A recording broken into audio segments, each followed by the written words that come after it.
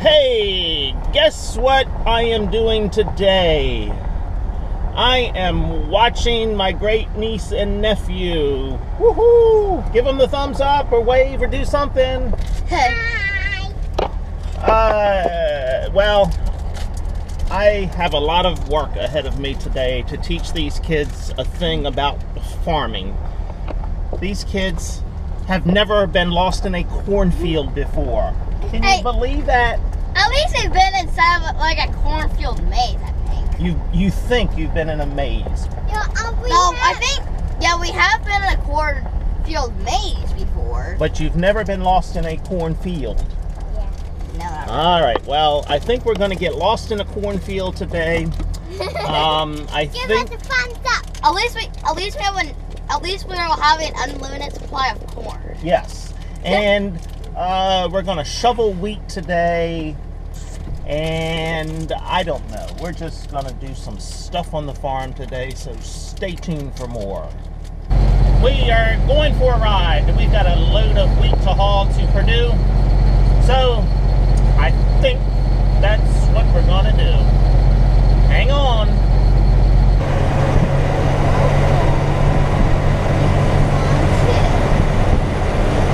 Today's modern world.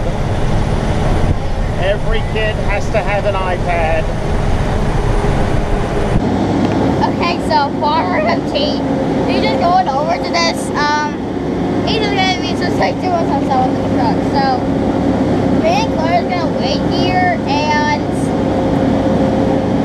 they're gonna like look, and Claire and my one Uncle Don, he said that he's gonna like lift it up, like John Cena lifting up the Braun drink.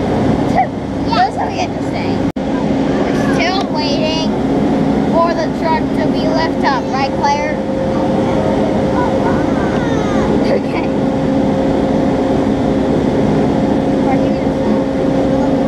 So we're basically just like waiting for just like the truck to be like lifted up, and basically we're still waiting. Okay, so Uncle Tony just said that they're about to lift up a truck. This is pretty cool. Do you agree with me, Uncle Tony? Huh? Do you agree with me, Uncle Tony? That's really cool. Yep. So this whole platform is going to lift up, and he's going to dump up. So this truck is full of wheat. So he's going to dump all of the wheat into that pit. Okay. So now we're just like waiting for this massive thing to be lifted up. I can't just say what it looks like. It's going to be sick. Yeah, it's going to be fun. They're lifting up the truck. Yep, it's super cool. Look at that. Look at that. See, it's kind of crazy. This is so trippy. Oh my god, it literally looks like that, like the ground is moving downwards. But like at the same time, it looks like it's moving like upwards. Guys,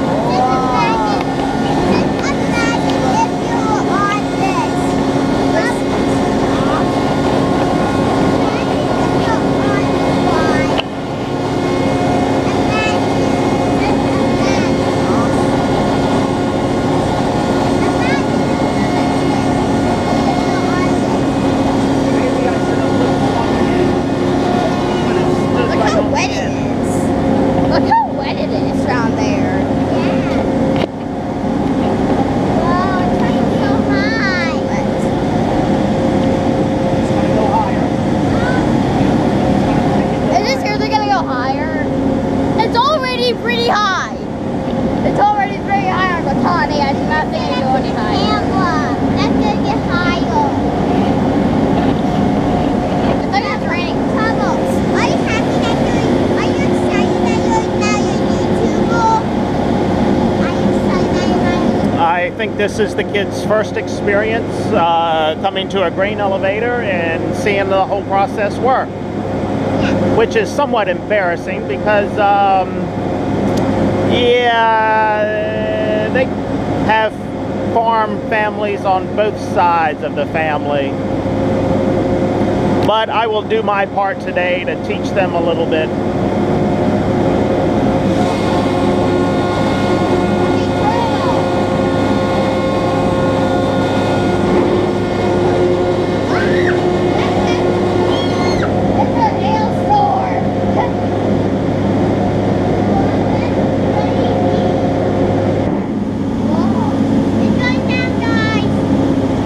done.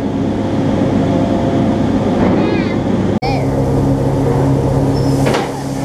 Holy!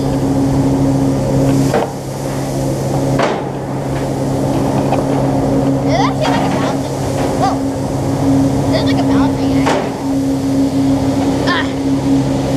Whoa! Look how much is over there. Whoa! Look at down there. It's like pebbles. Like Uncle Johnny, like doesn't it remind you of like pebbles? So that's what it reminds me of right now. It reminds me of pebbles.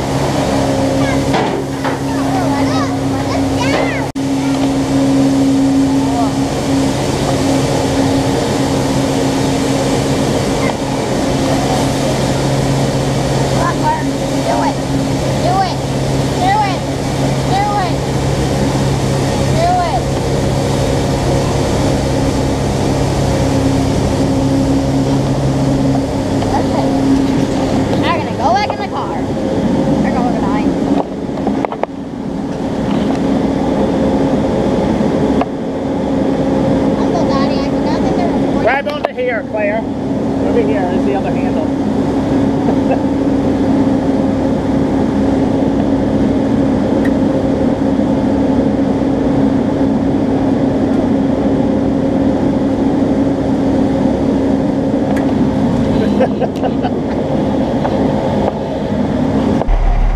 When you're with kids, you have to make stops for something to drink. They just could not take it anymore. They were thirsty because they're not used to driving in something without air conditioning. I didn't say I want to drink. I just like got a drink. Oh, okay. Well, Claire said she wanted a drink, right? Are you happy now? All right, onward we go. When you have kids, they are always hungry. So we have stopped to get pizza for lunch. Well, I didn't. Well, I thought you wanted the drink, Chuck wanted the food. Yeah, I know. Okay. By the way, we came up with names. We've got Curly. Wave, Curly. And then we have iPad over there. Wave, iPad. Those are the YouTube names that we have chosen for these kids. Your new YouTuber, so give us a thumbs up. Thumbs up. That's right. Because you're new Curly and iPad. Give a thumbs up. We have new YouTubers, so give us a thumbs up. New YouTubers, right. Can you tell who watches YouTube a lot? Yeah. All right. This is an auger. That part down there is an auger.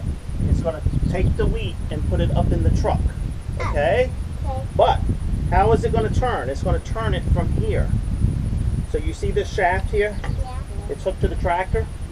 So we're going to start the tractor up and the shaft is going to start to turn. And this is it's called a PTO shaft. Guess what PTO stands for? Well, it's supposed to know because I don't know how to spell. Power take off. How to pick up? Those Yep, PTO. So power take off. Those big is over the plane. Why do you No, have like so- a net right there? Why do you have like a... That's to keep your hands out because when this thing Why is is your turning, camera on? you don't want to put your hands in there because if you get your hand in there, it's going to take it right off and break it off and turn all bloody and yucky. Yeah, so you don't want to do that. So you never put your hands around anything that's turning. So on a power takeoff shaft, whenever the tractor is running and this is turning, you want to stay away. You want to stay away from it because if the shield is not on it, it can take your hand or it can grab your clothing. And I actually saw this happen to one of my cousins. He was standing next to a PTO shaft. It didn't have a cover on it like this one does. And it grabbed his pant. So he was standing next to it like this, too close. And it grabbed his pant leg. And this thing flipped him around 2 times. It ripped his pant leg off and broke his leg before I could stop the tractor. Yep. Yep. They get cats? Yep. Oh, I don't like to get cats because then you can't even walk. I know, it was horrible. So these things can do a lot of damage. What happens if you pull like a...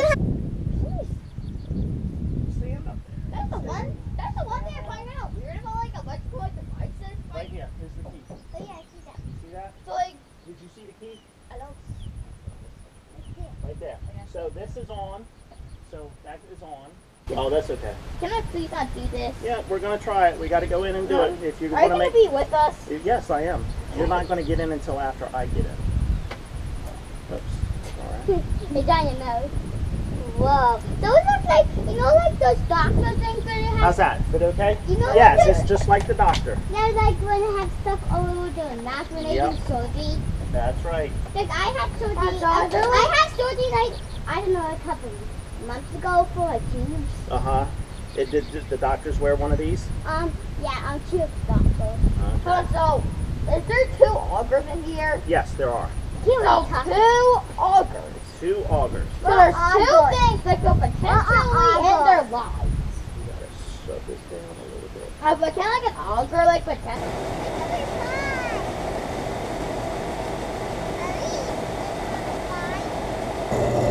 There you go. Yep, leave all of that. Just push it all up there.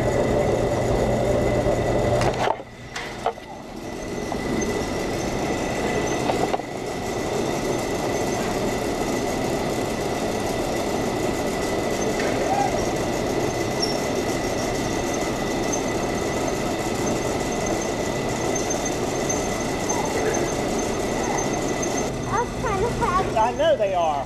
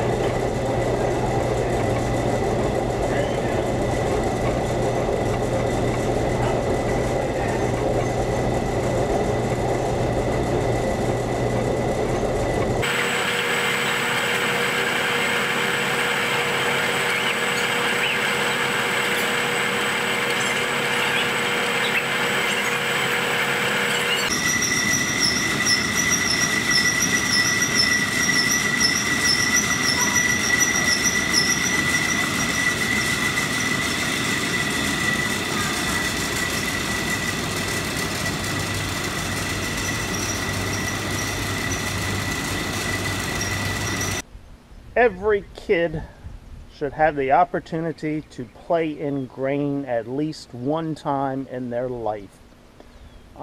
It is just so much fun. Even every adult. If you didn't get to play in grain as a kid, I think as an adult you should go to a farm somewhere and just ask to play in grain for about an hour. It's just something about it that's soothing. It is better than a ball pit. It is, most people may say, no, it's not. Well, a ball pit has lots of germs in it from all those nasty kids touching balls and sneezing and yakking on them and all of that stuff. Grain just has a little bit of dust in it. It's not going to kill you. Well, it can kill you if you're not safe in it, but no, playing in grain is better than a ball pit. It's better than a sandbox. There's just something about it that anytime a kid comes across grain for the first time, they are enamored with it. They just flock to it and just love putting their hands in it. Whenever I do a career day or a field day with school kids, I am sure to take a bucket of some kind of grain with me. And the minute those kids get their hands in it the first time, they just, you cannot pull them away from it. They just love it. Maybe that's my next marketing idea, is to sell a grain box instead of a sandbox. I will sell a grain box. You will have your choice of what grains I will send to you, whether it's corn, soybeans, or wheat. Barley, if you want to be a little mean to the next door neighbor kids, if they're kind of getting on your nerves a little bit, but you'd like to give them a gift, give them a barley box. That would be great. As you see here, Curly and iPad, this was their first time playing in grain. It's a bit sad because their mother grew up on a farm. As I said, both sides of the family, grandfather's side and their grandmother's side, grew up on farms. But their mother is a nurse, and their mother kind of, I think, babies them a little bit, doesn't let them get down and dirty in it. Kids just need to be kids sometimes. Just let them do it. You know, they crawled in that grain. They did grain angels. They covered each other up in grain. They just had a good time for about 45 minutes or so until their mother sent my daughter to come pick them up and give them a bath. So I'm sure they'll want to come back and do it again. Hey, even as when we were growing up on the farm on a cold winter's day, sometimes we'd climb up in the bin, and it's always best if the bin is only about half full, especially corn. Corn seems to be more fun, in my opinion. But when the bin is about half full, you climb up to the top, you open the lid on the very top, and you jump down. You jump down in the corn to see how far down you can go. Yes, some of you are going to say, oh, that's so dangerous, blah, blah, blah. Look, our bins are only 5,000 bushel bins. We don't have a problem with bridging in the bins. I can see on your larger bins, your 50, 100,000 bushel bins, where that could be an issue. But for our smaller bins, we know the quality of grain that's going in there. We know what it's all about. It was safe. None of us ever died in it. So don't give me a hard time over this BS about it not being safe, blah, blah, blah. With supervision. Kids need to be kids sometimes. We've got the grain bin cleaned out. This is the last load. The truck is just about loaded. I don't think it'll hold 20 more bushels. I think I've said this before in previous videos. I don't have one of those fancy yield monitors on my combine that tells me how many bushels I'm getting, blah, blah, blah.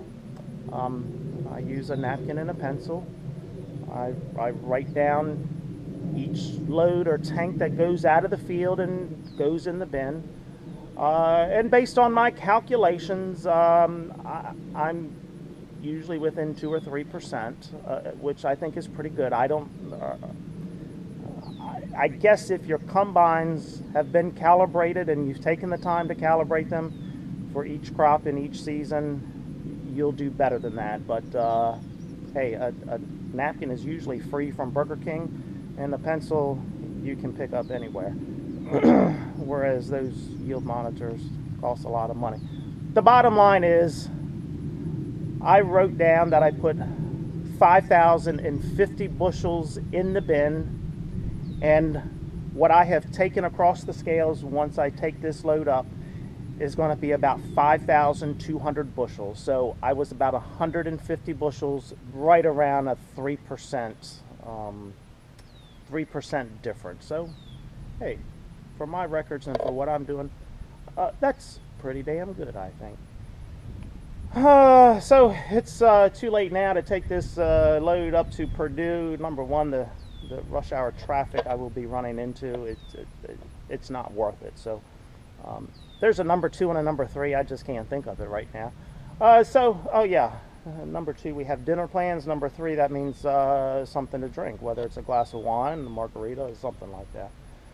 So we're gonna tarp the truck, back it in the barn, and head out of here and get cleaned up. Just like the kids, I'm gonna need a bath too. I've probably got wheat in places I shouldn't have wheat in. So that is a day on the farm with the kids, Curly and iPad. Until next time, see ya!